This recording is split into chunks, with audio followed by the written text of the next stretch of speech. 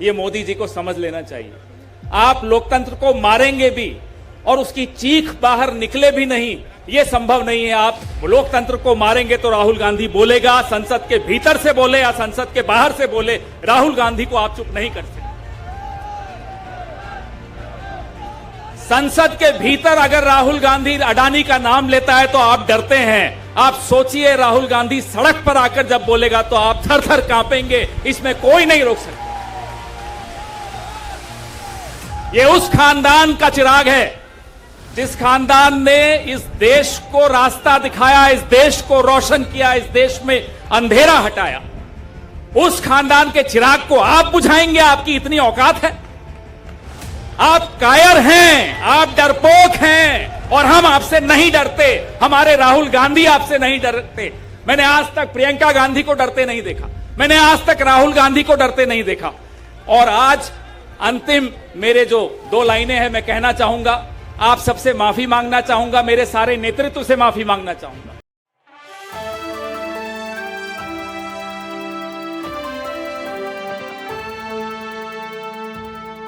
आज सबने सब कुछ बोला, हम सबने सब कुछ सुना, लेकिन नवरात्र चल रहे हैं, रमजान चल रही है।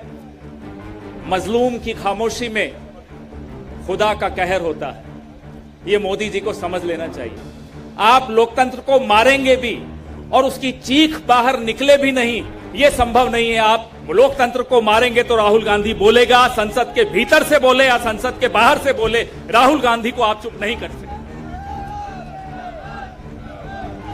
संसद के भीतर अगर राहुल गांधी अडानी का नाम लेता है तो आप डरते हैं। आप सोचिए, राहुल गांधी सड़क पर आकर जब बोलेगा तो आप थर थर कांपेंगे। इसमें कोई नहीं रोक सकता। ये उस खानदान का चिराग है जिस खानदान ने इस देश को रास्ता दिखाया, इस देश को रोशन किया, इस देश में अंधेरा हटाया। उस खानदान के चिराग को आप बुझाएंगे? आपकी इतनी औकात है? आप कायर हैं, आप डरपोक हैं और हम आपसे नहीं डरते। हमारे राहुल गांधी आपसे नहीं डरते। मैंने आज तक प्रियंका गांधी को डरते नहीं देखा, मैंने आज तक राहुल गांधी को डरते नहीं देखा। और आज अंतिम मेरे जो 2 लाइनें हैं, मैं कहना चाहूंगा, आप सबसे माफी मांगना चाहूंगा, मेरे सारे नेतृत्व से माफी मांगना चाहूंगा। मैं स्वार्थ में आकर, जब मुझे राज्यसभा नहीं मिली, मैंने लिखा कि मेरी तपस्या में कोई कमी रह गई होगी। अब राहुल गांधी को मैं देखता हूं कि वो ठुकरा देता है सत्ता को और फिर भी तपस्या करता है। इससे ज्यादा और क्या हो सकता है? मैं आप सबसे आज माफी मांग रहा हूं और यह प्रेरणा मुझे राहुल गांधी से मिलती है, यह प्रेरणा मुझे प्रियंका गांधी से मिलती है। तो अब लड़ने का समय है, चिल्लाने का समय है, आवाज उठाने का समय है। सत्ता आएगी आए, नहीं आएगी नहीं आए, हम लड़ेंगे और हम जीतेंगे।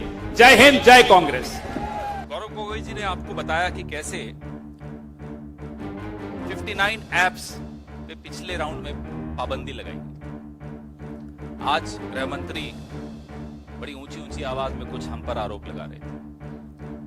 मैं आपको याद दिलाना चाहता हूं कि उन ऐप्स जिन पर पाबंदी लगाई थी, उनसे भारतीय जनता पार्टी के कितने घनिष्ठ संबंध हैं। यूसी वेब मोबाइल, आप नोट करिए, बड़ा महत्वपूर्ण है क्योंकि भारतीय जनता पार्टी ने 2019 के चुनाव में जिन कंपनियों की सहायता ली थी, उनमें से ये थी यूसी वेब मोबाइल।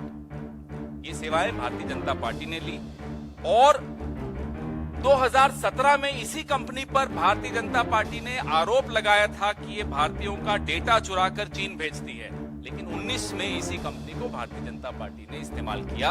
मजबूरी क्या थी प्रधानमंत्री जी की, हम नहीं जानते। दूसरी company share IT technology, share IT या शेयर इट, जो भी कहना चाहें,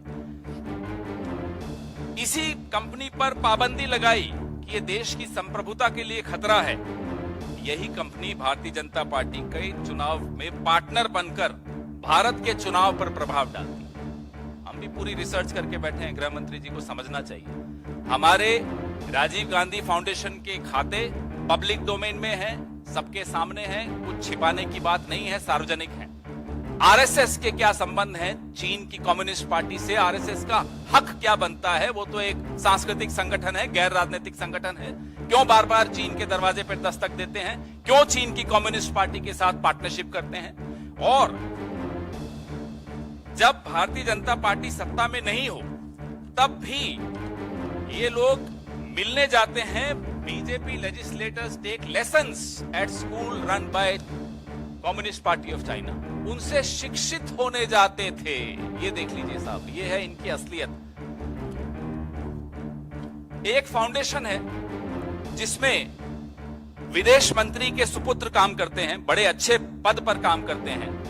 चीन के दूतावास ने उस फाउंडेशन को पैसे दिए, लगातार दिए, 2016 से लेकर लगातार देते आ रहे हैं। हमने तो यह आरोप नहीं लगाया साहब कि क्या विदेश मंत्री के सुपुत्र उस फाउंडेशन में हैं, इसलिए यह पैसा दिया जा रहा है।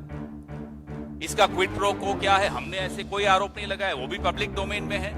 राजीव गांधी फाउंडेशन को अगर कोई पैसा दिया, वो इकोनॉमिक टाइज को कैसे इंप्रूव करना है उसकी स्टडी के लिए दिया। और फाउंडेशंस पूरे विश्व से लगातार अलग अलग जगह से पैसे लेती हैं, सार्वजनिक पटल पे होता है।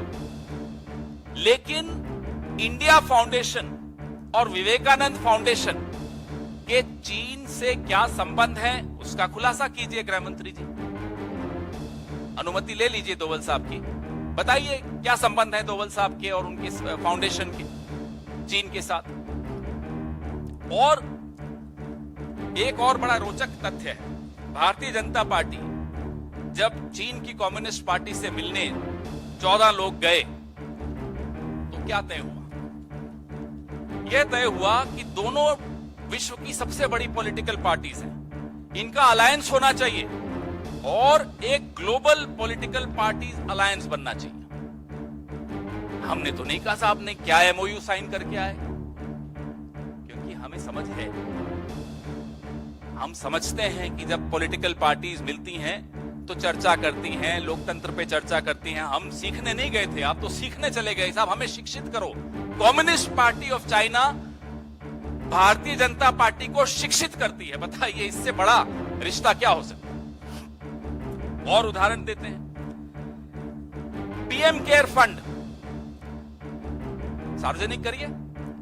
चीन की वो कौन कौन सी कंपनियां हैं जिन्होंने पीएम केयर फंड में पैसा दिया और क्यों दिया, बताइए। एक और महत्वपूर्ण कंपनी डोंगफैंग, बड़ा महत्वपूर्ण नाम है, याद रखिएगा। जब हमारी सरकार आएगी तो ये नाम रोज हेडलाइन में होगा, ये मैं आपको आज बता देता हूं। डोंगफैंग पे विश्व बैंक ने पाबंदी लगाई, यूरोप ने पाबंदी लगाई, पेंटागन ने पाबंदी लगाई। 2020 में जम्मू कश्मीर में स्मार्ट मीटर का कॉन्ट्रैक्ट डोंगफैंग को दे दिया हमारी सरकार ने। ब्लैकलिस्टेड कंपनी, चाइना की कंपनी। स्मार्ट मीटर का मतलब यह होता है कि जम्मू कश्मीर के तमाम नागरिकों का डेटा डोंगफैंग यानी कि चाइना के हाथ में आपने सुपुर्द कर दिया। बॉर्डर स्टेट जम्मू कश्मीर, डोंगफैंग से आपके क्या रिश्ते हैं, हम ये जानना चाहते हैं। क्या मजबूरी थी? विश्व बैंक ने पाबंदी लगाई, ब्लैकलिस्ट किया अमेरिका ने, ब्लैकलिस्ट किया यूरोप ने, और डोंगफैंग को एक महत्वपूर्ण बॉर्डर स्टेट का स्मार्ट मीटर का ठेका, माफ कीजिएगा, मोदी जी ने दिया। क्यों दिया? चलिए आइए गुजरात, धौलेरा में चलते हैं, आपको ले चलते हैं। धौलेरा में 43,000 करोड़ के एमओयूज चीन की कंपनीज के साथ किसने साइन किए? कोई कारण रहा होगा कि चीन का जो सरकारी अखबार है ग्लोबल टाइम्स, वो लिखता है कि मोदी जी हार नहीं जाए कहीं गुजरात। अगर मोदी जी गुजरात हार जाएंगे तो चीन को बड़ा नुकसान होगा। क्या नुकसान होगा चीन को, हम भी ये जानना चाहते हैं। ये जो गौरव गोगोई जी बता रहे थे, 19 जून 2020 को दी गई क्लीन चिट चाइना को मोदी जी द्वारा, क्या ये राज इस क्लीन चिट का इन्हीं तमाम तथ्यों में तो नहीं छिपा हुआ? क्या ये राज धौलेरा में तो नहीं छिपा हुआ? क्या ये राज डोंगफैंग कंपनी में तो नहीं छिपा हुआ? या उन कंपनियों में जिनका share IT technology, UC, web mobile, Chinese companies जिन पर मोदी जी का चुनाव निर्भर करता है। हम देश की संप्रभुता, देश की सीमाओं के बारे में चिंतित हैं। 1962 में जब युद्ध हो रहा था चीन का, एक 36 वर्षीय सांसद जिसका नाम था अटल बिहारी वाजपेयी, चुनौती दी उन्होंने नेहरू जी को कि संसद का सत्र बुलाइए, हम डिबेट चाहते हैं। नेहरू जी भागे नहीं डिबेट से। डिबेट हुई, हमारे वरिष्ठ सहयोगी अभिषेक सिंघवी जी के पिताजी एलएम सिंघवी जी उस वक्त पाली से निर्दलीय सांसद थे। उन्होंने सलाह दी कि ये डिबेट सीक्रेट होनी चाहिए, इसका कहीं कोई कवरेज नहीं आना चाहिए, अखबारों में नहीं छपना चाहिए। नेहरू जी ने कहा जी नहीं, महत्वपूर्ण मुद्दा है, ये डिबेट सार्वजनिक होनी चाहिए, संसद में बिल्कुल होनी चाहिए चर्चा इसमें। 165 लोगों ने उस डिबेट में हिस्सा लिया। हमारे अपने सांसद महावीर प्रसाद जी, उन्होंने भी निंदा की उस वक्त, नेहरू जी ने सुनी। ये सरकार सवाल पूछ लो तो हम पर सवाल निशान प्रश्न चिन्ह लगाते हैं हमारे पर। अरुणाचल प्रदेश को पूर्ण राज्य का दर्जा कांग्रेस ने दिया, इनकी तरह नहीं कि पिछले साल हम इनको बार बार चेतावनी दे रहे थे कि चीन नाम बदल रहा है अरुणाचल प्रदेश में कई इलाकों के, तो मोदी जी कहते थे नहीं कोई बात नहीं, नाम बदलने से क्या होता है, देख लीजिए, अब आप दरवाजे पर दस्तक देने आ गए। तापिर गांव तो आपके एमपी है अरुणाचल से, तापिर गांव आपको कहते रहे कि 60-70 किलोमीटर चीन अंदर घुस आया है, आपने कहा नहीं कोई बात नहीं, आने दीजिए। ये क्या राज है? क्यों घबराते हो आप चीन से? क्यों 18 बार आप चीन के राष्ट्रपति से मिलते हो? क्यों आप लाल शॉल ओढ़ के उनके आगे झुककर उनको सलाम करते हो? हम ये सवाल आपसे आज पूछना चाहते हैं, हम पूछना नहीं चाहते थे पहले, लेकिन आपके रवैया देखकर संसद में भी और संसद के बाहर भी आपका रवैया देखकर हम मजबूर होकर ये पूछ रहे हैं कि मजबूरी आपकी क्या है? क्यों आप चुप हो जाते हो चीन के सामने? क्यों आप डर जाते हो चीन के सामने? क्यों देश की सेना का अपमान करते हो आप चीन के सामने? क्यों देश की सीमाओं के साथ आप खिलवाड़ करते हो चीन के सामने? ये सवाल हम पूछेंगे और बार बार पूछेंगे।